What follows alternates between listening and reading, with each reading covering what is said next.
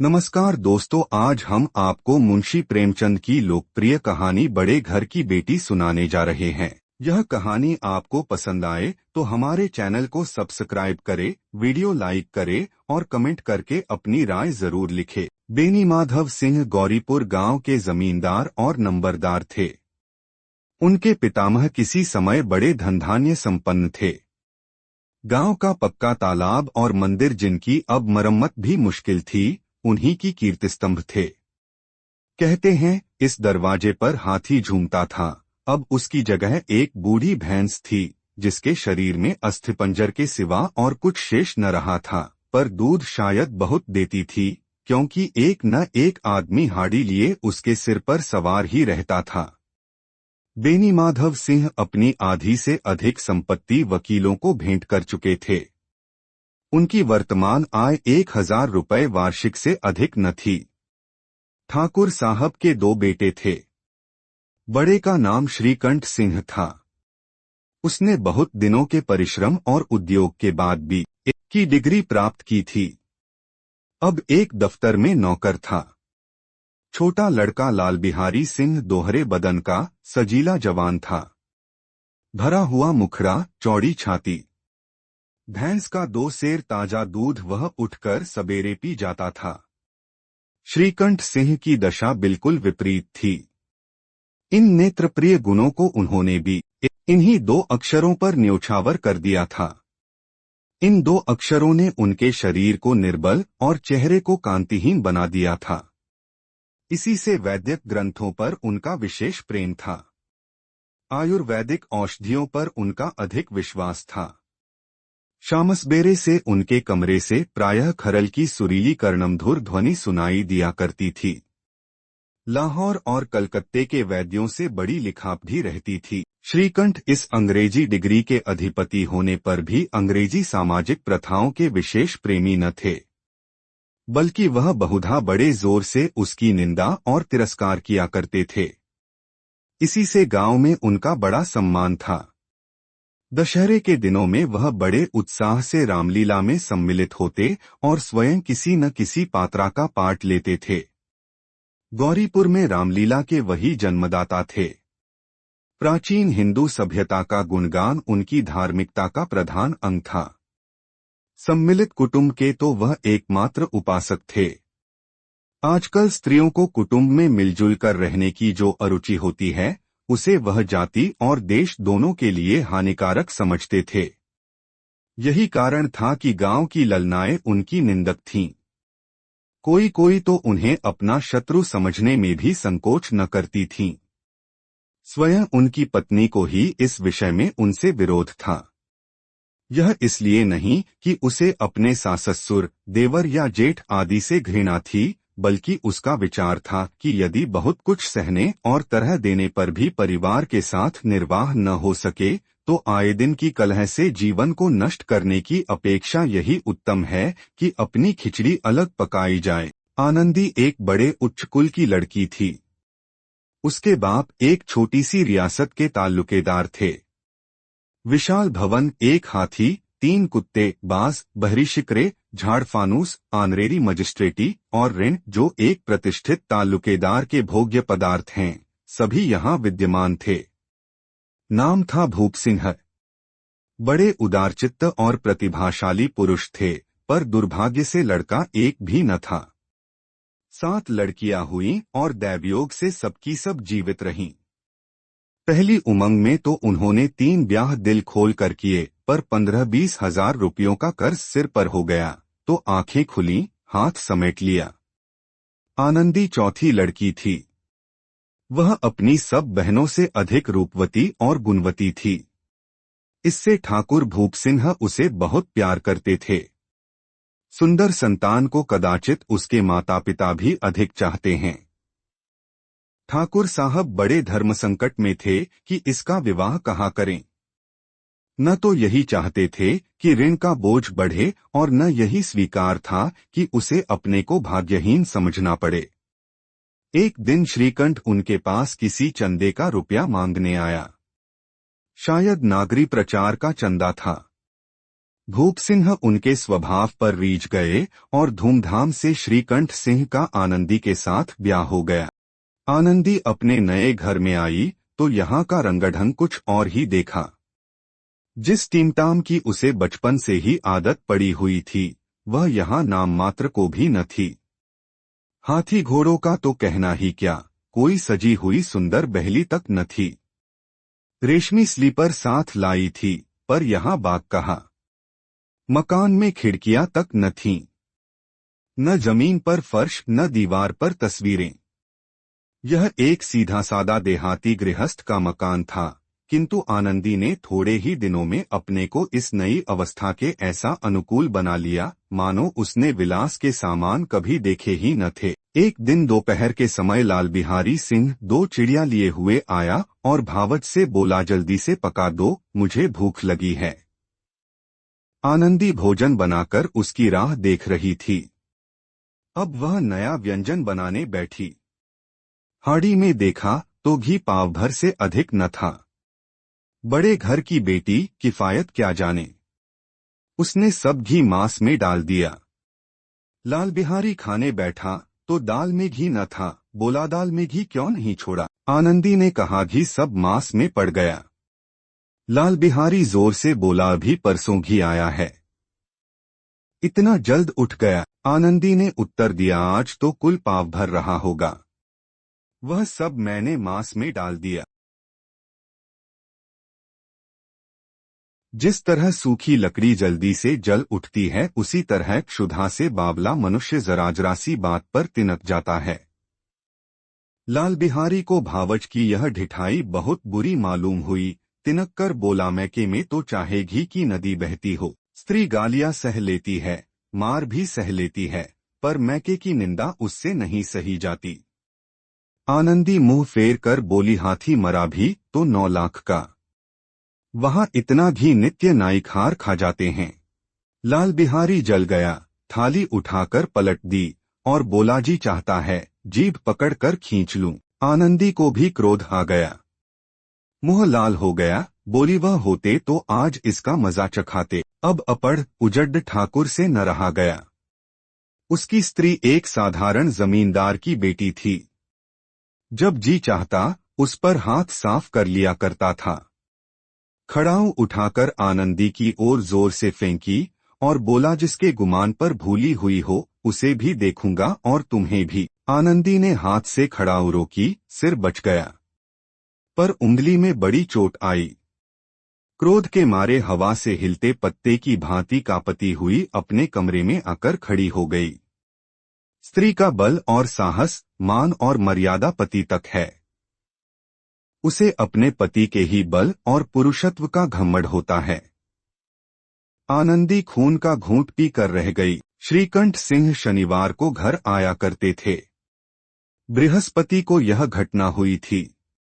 2 दिन तक आनंदी को भवन में रही, न कुछ खाया न पिया, उनकी बाट देखती रही।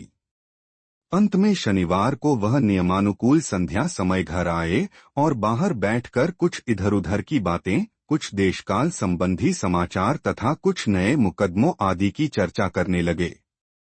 यह वार्तालाप 10 बजे रात तक होता रहा। गांव के भद्र पुरुषों को इन बातों में ऐसा आनंद मिलता था कि खाने पीने की भी सुधि न रहती थी।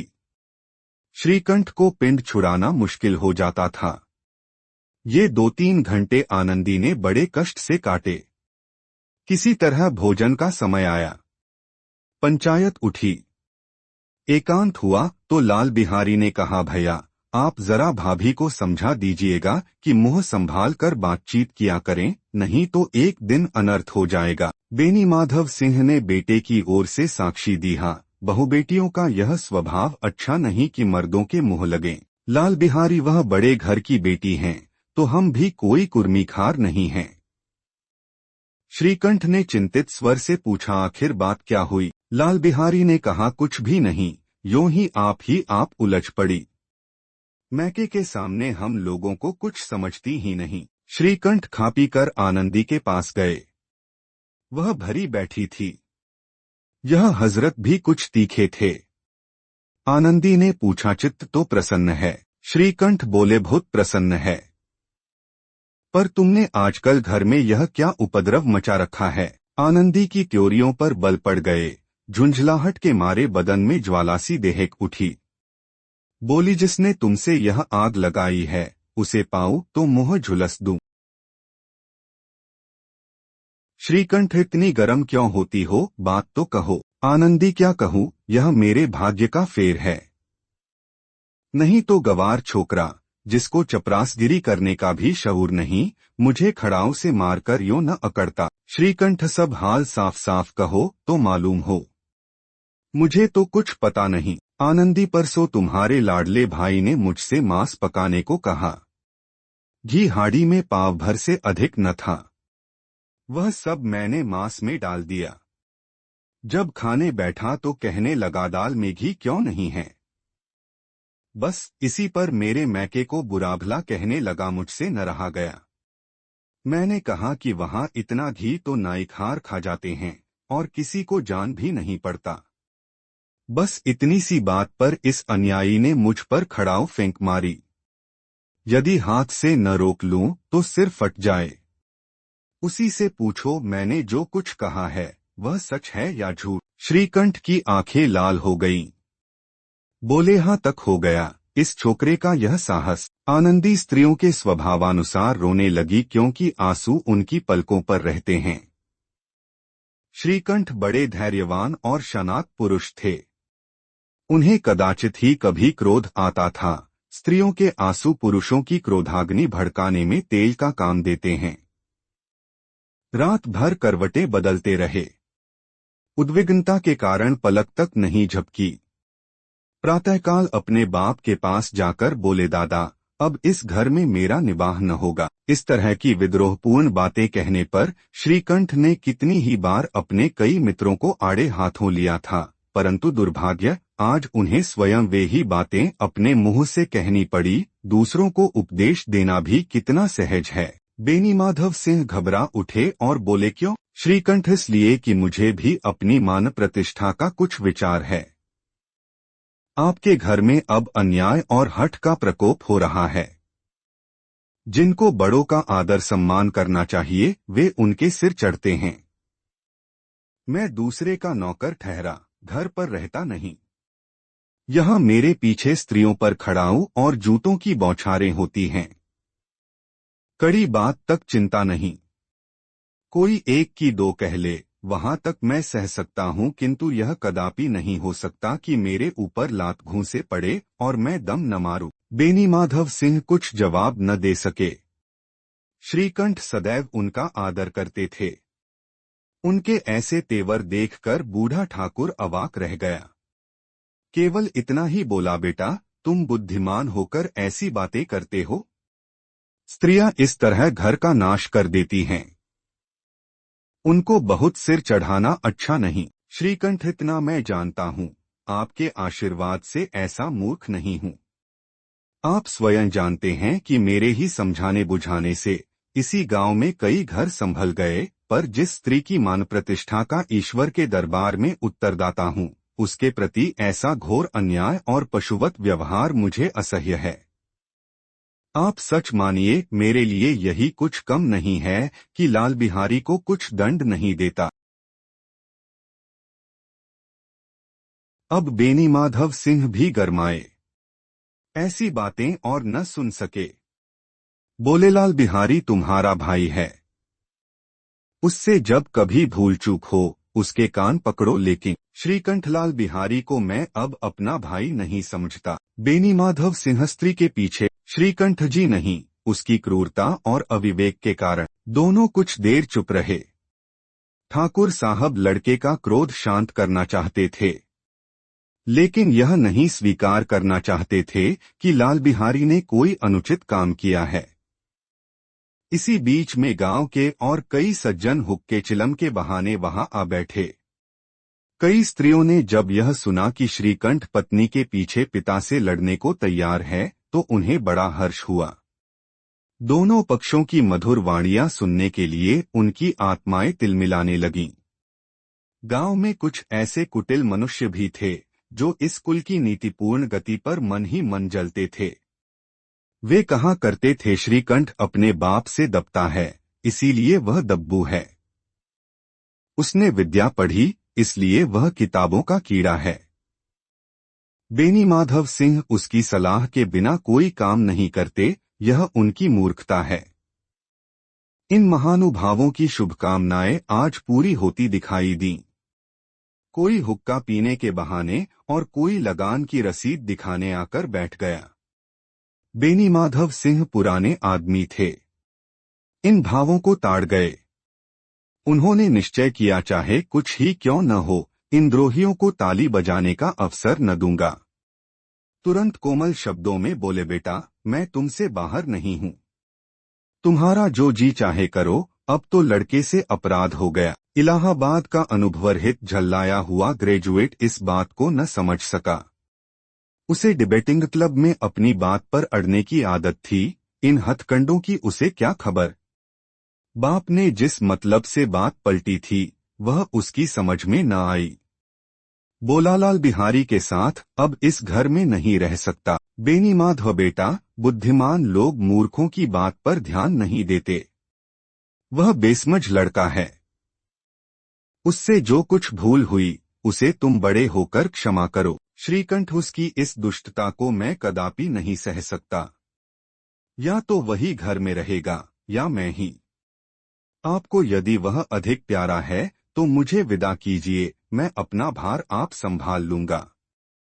यदि मुझे रखना चाहते हैं तो उससे कहिए जहां चाहे चला जाए। बस यह मेरा अंतिम निश्चय है। लाल बिहारी सिंह दरवाजे की चौखट पर चुपचाप खड़ा बड़े भाई की बातें सुन रहा था। वह उनका बहुत आदर करता था।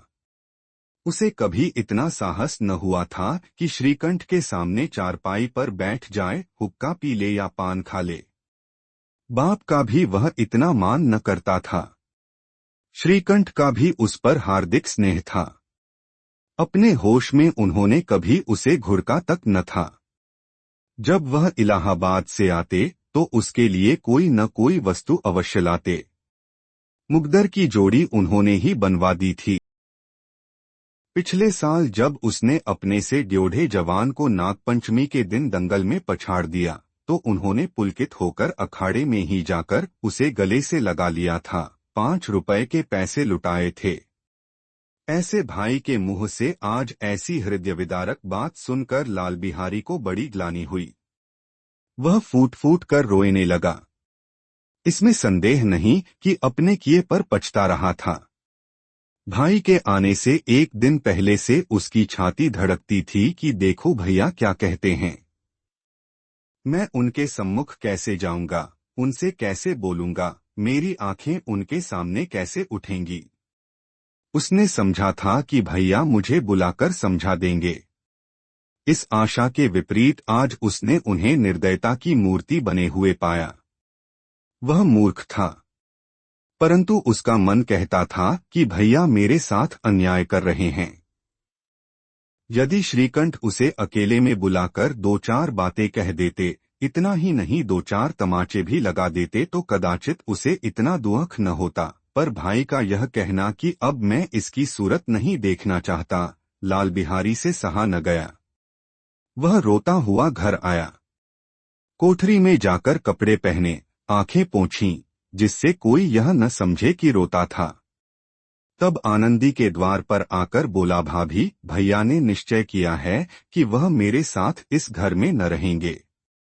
अब वह मेरा मुंह नहीं देखना चाहते, इसलिए अब मैं जाता हूं। उन्हें फिर मुंह न दिखाऊंगा।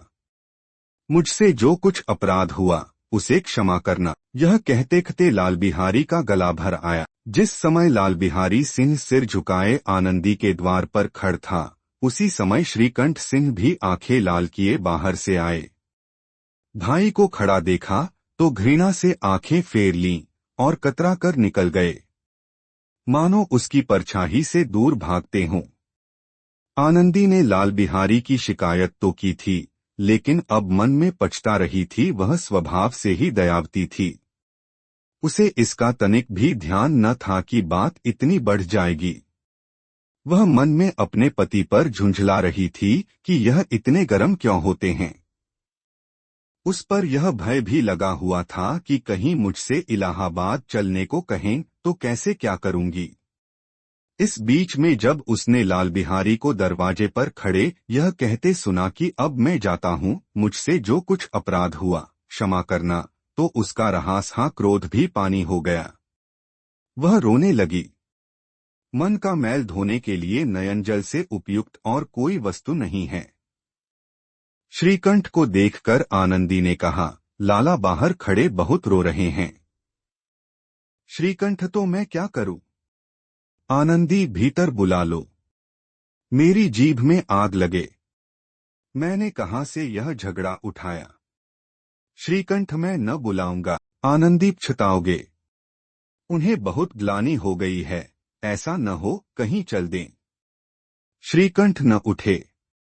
इतने में लाल बिहारी ने फिर कहा, भाभी, भैया से मेरा प्रणाम कह दो। वह मेरा मुंह नहीं देखना चाहते, इसलिए मैं भी अपना मुंह उन्हें न दिखाऊंगा। लाल बिहारी इतना कहकर लौट पड़ा और शीघ्रता से दरवाजे की ओर बढ़ा। अंत में आनंदी कमरे से निकली और उसका हाथ पकड़ लिया। लाल बिहारी ने पीछे फिरकर देखा और आंखों में आंसू भरे बोला, मुझे जाने दो।